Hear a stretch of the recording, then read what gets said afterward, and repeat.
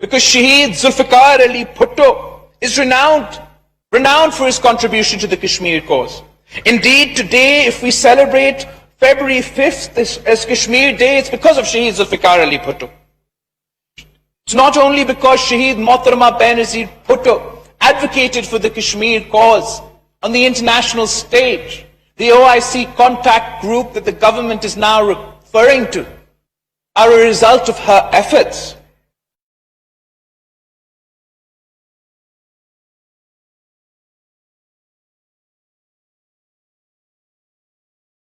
But Mr. Speaker, we feel passionately about Kashmir because they are our brothers and sisters, they are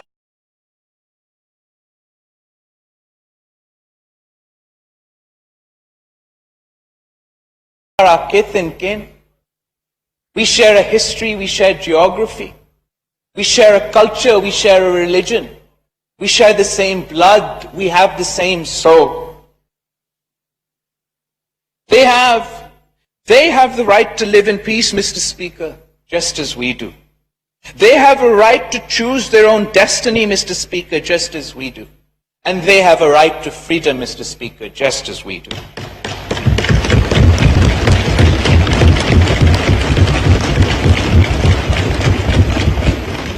This unfulfilled promise, this unfulfilled dream is not only a dream of every peace-loving Kashmiri, but it is also the dream of every Pakistani.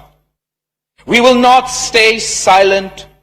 We will not stay silent while our Kashmiri brothers and sisters cry out for help, Mr. Speaker. We demand leadership from this government. The Prime Minister was asking what is it that he should do. But so far, Mr. Speaker, we have not even seen a policy statement. All we've had is a speech and a tweet, and this ahistorical speech without any context, without any direction, without any plan, without any strategy. Selected or not, Mr. Speaker, the Prime Minister of Pakistan must rise to the occasion. This is what every Pakistani expects from him. It is absolutely disgraceful that the Foreign Minister of Pakistan and our representative of the United Nations are out of station. The Prime Minister of Pakistan must call them back and they must get to work. The Prime Minister of India, Prime Minister Modi, is an extremist Prime Minister with blood on his hands, Mr. Speaker. Unfortunately, Pakistan has now twice welcomed his election.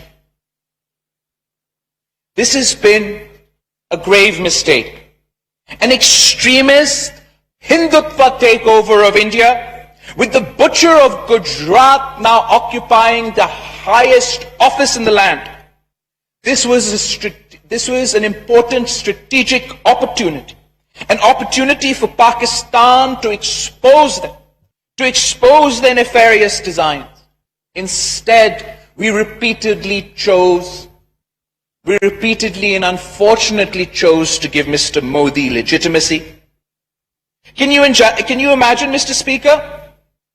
Can you imagine if a religious party, an extremist religious party, with the history and the record similar to the butcher of Gujarat or the RSS was to come to power in Pakistan? Do you think India would be welcoming his election? Do you think that the Indian Prime Minister would be caught dead at his oath-taking ceremony? Do you think that they would have welcomed the extremist Prime Minister's re-election and hoped that he would have solved the dispute in Kashmir? No, Mr. Speaker. Pakistan should have seen the warning signs. We should have understood Modi's extremist Hindutva ideology. We should have understood Modi's and RSS's manifesto and acted accordingly to foil his nefarious designs. Unfortunately, we chose appeasement and the results are before us. We have missed many an opportunity, Mr. Speaker. We've missed many an opportunity, but we must now act wisely. We must now act wisely when so much is at stake. Pakistan's historical objections to Article 370 aside, after the revocation of Article 370 and 35A, India has officially, there is no more pretenses, India has officially become an occupying force in Indian held Kashmir. Because the basis of Maqbooza Kashmir's ascension to India was Article 370. Prime Minister Modi came into his second term with a hate mandate, and we can expect him to further on this hate mandate and further appease the extremists in India. As the Prime Minister also admitted today, the revocation of these articles were part of their manifesto. It is surprising that despite 5 years of Modi's state terrorism in Indian-held Kashmir, his atrocities against the people of Kashmir, our own Prime Minister was hoping and praying for his success. India's steps to revoke Article 370 and has eradicated India's credibility and any leftover legitimacy as a democratic state. If all of what India is doing is legal, then why have they not only arrested the Hurriyat leadership, but they've also arrested those Kashmiri leaders who used to run in their elections, former chief ministers who ruled over Kashmir at the behest of Delhi? It is because they know what they're doing is illegal. They know what they are doing. Each and every Kashmiri will oppose tooth and nail. Nothing better defines the ramifications of India's actions, Mr. Speaker, than former Chief Minister Mehbooba Mufti's statements. The previous government of the BJP, she served as Chief Minister of Kashmir. And she herself has said that it is the darkest day for Indian democracy, and that people like her who did not believe in the two-nation theory have been proved wrong. India can become an occupying force, Mr. Speaker, but it can never change the status of Kashmir as a disputed territory. Pakistan must take drastic diplomatic measures. The Western world is in disarray, and we cannot realistically expect the type of reaction that this event and events like this would typically merit. But we still must engage. Pakistan must engage with the United Nations, as the status of Kashmir as a disputed territory is forever preserved within their resolutions. As a member of the OIC, Pakistan must try and get a special session of the OIC, at least at the foreign minister level, so we can send a strong message to the world that whatever our differences, the Muslim world is united when it comes to the issue of Kashmir.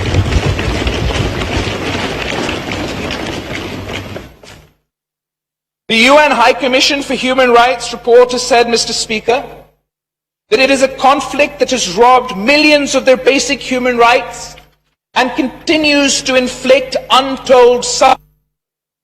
The report urged the United Nations Security Council to, quote, consider establishing a commission of inquiry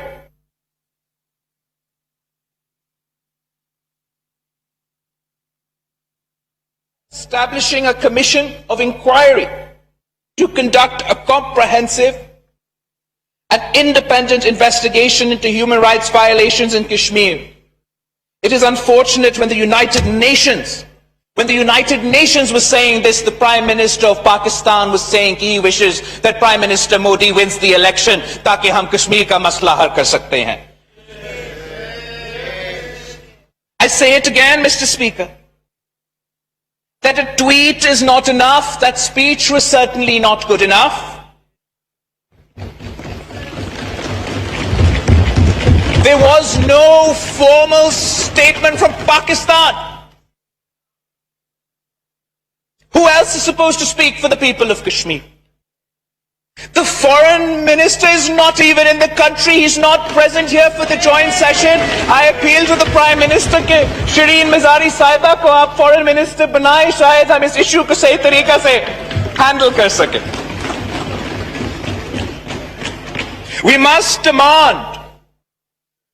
demand, and I'm sure شرین مزاری صاحبہ کے foreign minister ہوتی وہ demand کرتی کہ United Nations Commission report جو ہے human rights پہ, we must demand as Pakistan that inquiry be formed.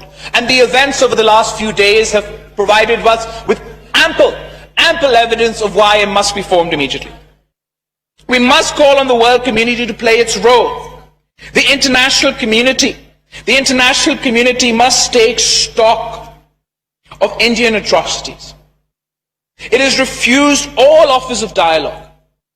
India is slowly shutting all avenues for bilateral dialogue by going against the spirit of the Simla Agreement, which ensures that no side will take unilateral actions to change the status quo. The Modi government is neither interested in bilateral dialogue. It's neither interested in bilateral dialogue, nor is it interested in mediation, and nor does it pay heed to the United Nations.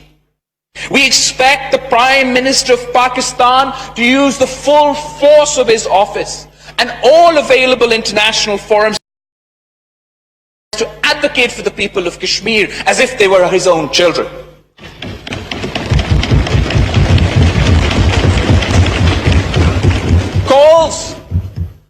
Calls for help from occupied Kashmir started from last week, Mr. Speaker. Our party and others had called attention to this issue, but the government was either too busy celebrating the DC photo op or bashing political opponents to even take notice. We do not want to hint at the question of collusion, but I must inform you, Mr. Speaker. That these are the questions being asked. Why the criminal silence? آپ مجھے بتائے جناب speaker, اگر ہم اس طرف بیٹھے ہوتے اور وزیر اعظم خان صاحب اس اپوزیشن میں ہوتا اور ہم 3-4 دن کے لیے صرف ایک ٹویٹ مارتے, خان صاحب ہمارے ساتھ کیا کرتے؟ ہم ایکسپیکٹ کرتے ہیں کہ اسی جذبے کے ساتھ وہ آپ کشمیریوں کی جدوجہد کے لیے محنت کرے گا. We hope that the government of Pakistan takes the initiative, shows leadership, and rises to the occasion. The desperate people of Kashmir are looking towards you. The country demands action. We hope that the Prime Minister does not let us down. As I've said before, Mr. Speaker, that tweet's not good enough, that speech's not good enough. Because history will ask us. History will ask us where we were when the children of Kashmir were being blinded by pellet guns. History will ask us where we were when the daughters of Kashmir were being raped as a political weapon. History will ask us where we were when cluster bombs were falling on Kashmir. Our answers will be disappointing, Mr. Speaker, because we have not thus far risen to the occasion. However, when history asks us where we were when the integrity, dignity, and legal status of Kashmir was assaulted, where we were when the people of Kashmir needed us most, I hope that history will recall that we fought with honor. I'm sure that the Prime Minister of Pakistan does not want to be remembered as the Prime Minister of Pakistan who gave up on Kashmir. In the end, Mr. Speaker, I would like to remind everyone that still remains present here that today as a nation, we stand at a crossroads of history, at a defining moment. From now on, we will be judged not as individuals but as nations. It is in times like these that nations are either made It is at times like these that nations are either made or forgotten as footnotes in history. We have only two options before us. Either we accept Modi, the butcher of Kashmir's homogeny, desert our Kashmiri brethren and live a life of humiliation, or we rise to the occasion, take a proud, principled nation, and reject Modi's aggressive, treacherous, and extremist Hindutva ideology. I say we choose the latter, Mr. Speaker, the honorable option. We have to speak with one voice, not just as Punjabis, Sindhi, Baloch, Pashtun, Kashmiri, but as Pakistanis. We must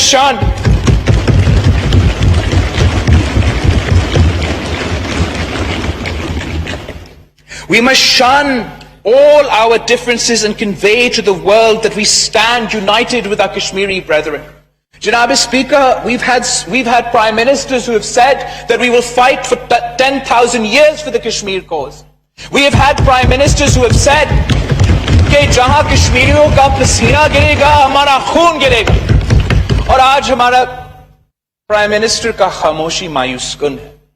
हमारा वजीर आजम के tweets काफी नहीं है. उम्मीद है कि वजीर आजम खान साहब लीडरशिप दिखाएंगे और हम सब उस लीडरशिप को सपोर्ट कर सकेंगे. आपका शुक्रिया. Chairman peoples party Balawal Bhutto कौमी असम्बली और पार्लियामेंट के मुश्तरकः